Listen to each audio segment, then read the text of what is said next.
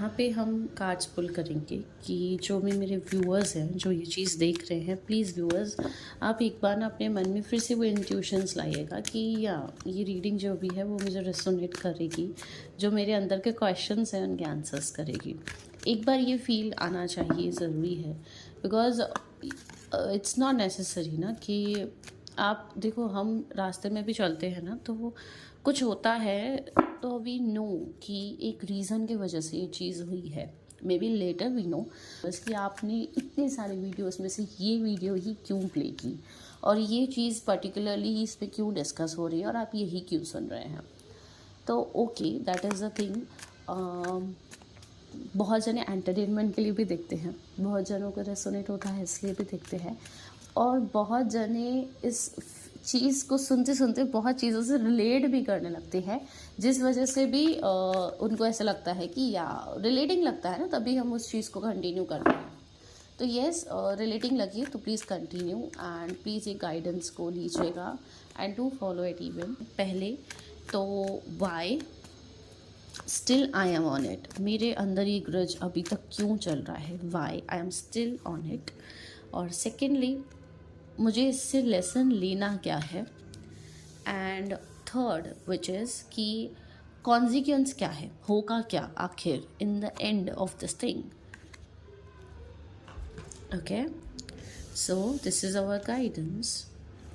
Okay, so for the why कि मैं ये स्टिल होल्ड क्यों कर रही हूँ या कर रहा हूँ, ये चीज़ मेरे मन से क्यों नहीं निकल रही है। Because this thing still wants to make you learn about something which you still have not get your hands on. या कह सकते हैं कि आप अभी तक वो चीज़ सीख ही नहीं रहे हो, आपको लगातार किस्मत सिखा रही है, but you are not opening your hands और you are not getting it.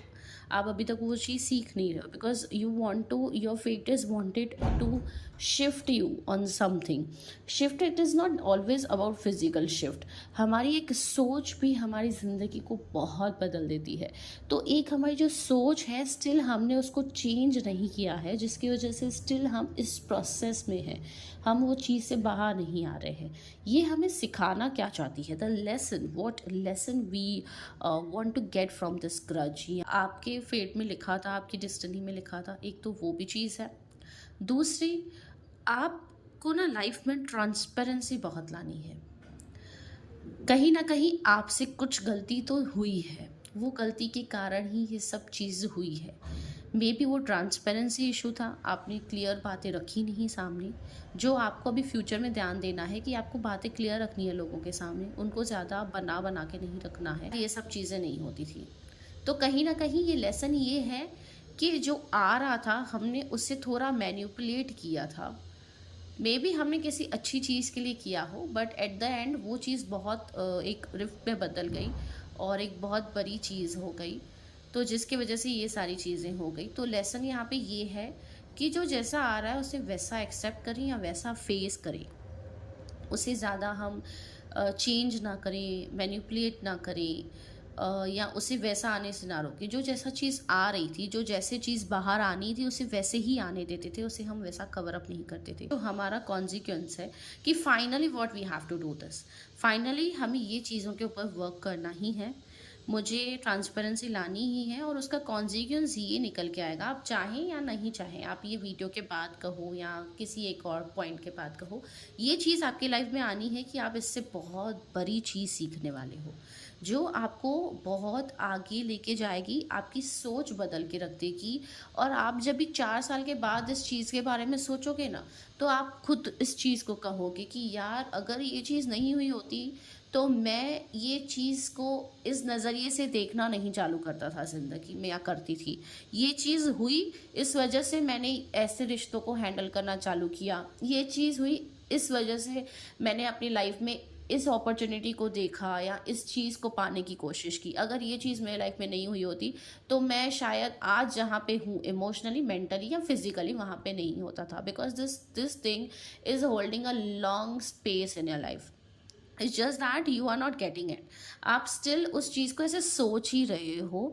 आप उस चीज़ के लिए ना, मतलब बोलते हैं ना कि आप उस चीज़ को सिर्फ सोचने में टाइम वेस्ट कर रहे हो। उसका लेसन लो कि अगर मैंने वैसा नहीं किया होता तो ऐसा नहीं हुआ होता। मैं उस चीज़ को वैसा ही एज़ इट इज़ बाहर आने देता था या उसको सामने वैसे ही बात करता था। तो यहाँ पे आपको ये गाइडेंस दी जाती है कि मैनिपुलेट मत करिए, एक्सेप्ट करिए और जो चीज़ जैसे आनी थी उसे आने दीजिए, ताकि आपकी जो प्रॉब्लम्स हैं वो ज़्यादा मल्टीप्लाई नहीं हो। क्योंकि ऐसा बहुत जनों के साथ हो जाता है, हम अच्छा सोच के किसी चीज़ के लिए भरते हैं बट वो एट द एंड बहुत ख़राब होके बाहर आ जाती है। तो वो चीज़ हमें ऐसे लगती है कि यार अच्छा करना ही नहीं चाहिए ज़िंदगी में, पर नहीं, वो चीज़ हमें एक्सेप्ट करनी है कि जैसे आ रही थी, ठीक है, अभी उसके जानबूझ के किसी और के कर्मा में घुस रहे हैं, तो वो चीज़ बेसिकली आपको नहीं करनी है कि आपको बीच में घुस के किसी और का या अपना कर्मा नहीं खराब करना है। जो जैसे चल रहा है उसको वैसे चलने दीजिए। आपके लिए, जो भी आप व्यूअर्स देख रहे हैं उनके लिए ये गाइडेंस है। और आगे आपको इस चीज़ का बहुत इफेक्ट दिखेगा, मतलब दिखेगा, आप 2-4 साल के बाद बोलोगे कि अगर ये चीज़ मेरे लाइफ में नहीं हुई होती तो शायद आज मैं जहाँ हूँ वहाँ नहीं हुआ होता। तो वो एक सोच भी हो सकती है, वो एक आपकी जो भी चेंज है फिज़िकल, मेंटली या इमोशनली है, वो भी हो सकती है। तो दैट्स इट, यही एक चीज़ था कि हम ग्रजेस को अभी तक क्यों होल्ड करके बैठे हैं, हमें उससे क्या सीखना है और क्या फाइनल उसका रिज़ल्ट है। तो हम होल्ड करके बैठे थे क्योंकि हमने चेंज एक्सेप्ट नहीं किया। और अभी हमारा लेसन्स उसमें से ये है कि हम में कोई भी चीज़ है जो वो हमें ट्रांसपेरेंसी से रखनी है, मैनिपुलेट नहीं करना है। जो चीज़ आ रही है या जो प्रेजेंट करनी है एग्जैक्ट वैसे करनी है, ज़्यादा कुछ हमें उसमें जोड़ माल नहीं करना चाहिए। और लास्ट ये कि हमारा जो भी फ्यूचर होगा वो इन दो चीज़ों के ऊपर डेफिनेटली डिपेंड होगा। It is not a small thing, it is not a small crutch. हमें ये जो सिखा रहा है वो हम सीखेंगे, वो हमारी लाइफ में अप्लाई होगा और finally we will be at this place. And after when we will reach this place we will be thanking to these things कि ये अगर चीज़ नहीं हुई होती तो हम यहाँ नहीं होते। So that's all, thank you all.